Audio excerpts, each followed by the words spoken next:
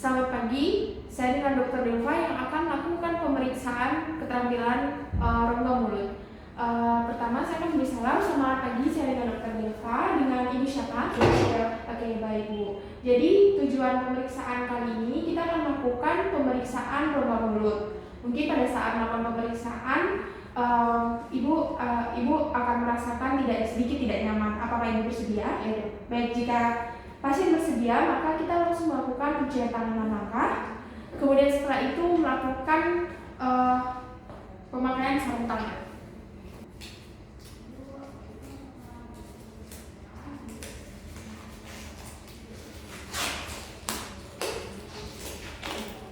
Kemudian setelah itu kita akan menyiapkan alat-alat yang akan digunakan untuk pemeriksaan. Kemudian selanjutnya apakah Ibu menggunakan alat bantu seperti gigi palsu? Tidak. Oke. Jika pasien menggunakan, maka kita harus meminta untuk melepaskannya terlebih dahulu.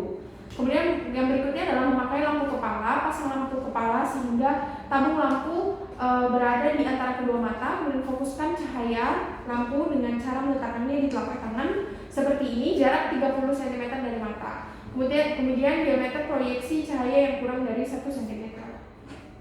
Itu fokusnya. Ini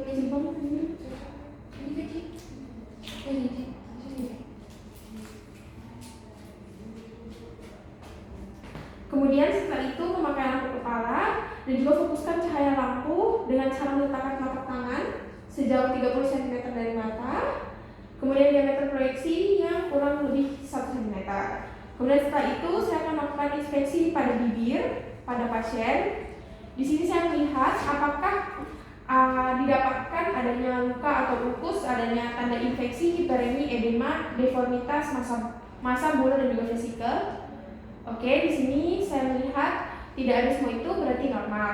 Kemudian lakukan pemeriksaan pada mukosa oral dan gusi dengan bantuan tong spatel dan lampu kepala. Kemudian di sini kita akan memperhatikan warna observasi, apakah ada bercak dan juga nodul. Kemudian jika ada inspeksi ditemukan adanya benjolan, perhatikan apakah benjolannya tunggal atau multiple. Kemudian lakukan palpasi sehingga perhatikan ukuran, bentuk, konsistensi permukaan mobilitas, batas dan juga nyeri tekan. Oke, setelah itu kita akan melakukan inspeksi pada gigi gerigi, apakah jumlah giginya lengkap. Kemudian setelah itu ada yang tanggal, terdapat karies, gigi patah menggunakan gigi palsu. Kemudian bila mengetahui apakah didapatkan keluhan nyeri atau mengiru saat ditekuk. Kemudian bila ia curiga adanya karies, lakukan pemeriksaan gigi belakang, atas atau bawah dengan menggunakan periksa mulut. Kemudian setelah itu melakukan pemeriksaan pada inspeksi pada lidah.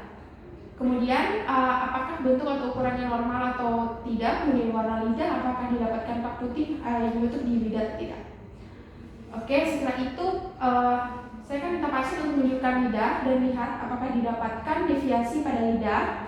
Kemudian atau lidahnya itu miring ke salah satu sisi atau tidak. Kemudian perhatikan didapatkan adanya massa atau benjolan pada lidah. Bila ada ukurannya, permukaannya benjolan atau halus atau kering. Baik, tidak ada. Kemudian saya akan minta pasien untuk membuka mulut dengan lidah yang tidak terjulur dan berkata Oke, di sini saya akan memperhatikan letak uvula, posisinya itu normal di tengah atau tidak. Baik, normal. Kemudian setelah itu apakah uvula terdorong ke salah satu sisi, curiga adanya abses dan daerah peritonsil kontralateralnya. Oke, normal ya semuanya. Kemudian saya akan memperhatikan tonsil pada pasien. Oke, di sini bentuk dan ukuran tonsil normal, permukaan tonsil itu halus dan juga kripta tidak melebar. Kemudian warna tonsil merah muda atau hiperemi. Oke, warnanya merah muda. Kemudian ada benda asing pada tonsil atau tidak? Jawabannya tidak ada. Oke, kemudian setelah itu saya akan melakukan inspeksi dinding belakang faring. Warna permukaannya normal atau hiperemi. Kemudian adakah dahak atau yang menempel atau tidak? Baik, normal ya, tidak ada. Kemudian tekan pipi pasien di antara gigi-gigi dengan tangan kiri untuk mencegah pasien menggigit tangan pemeriksa.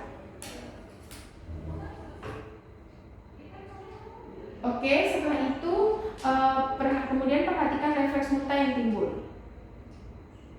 Oke. Pemeriksaan telah selesai. Pada hasil pemeriksaannya semua dinyatakan normal dan juga saya akan melakukan melepaskan sarung tangan dan juga mencuci tangan 6 langkah. Kemudian setelah itu saya akan melaporkan hasil pada pasien.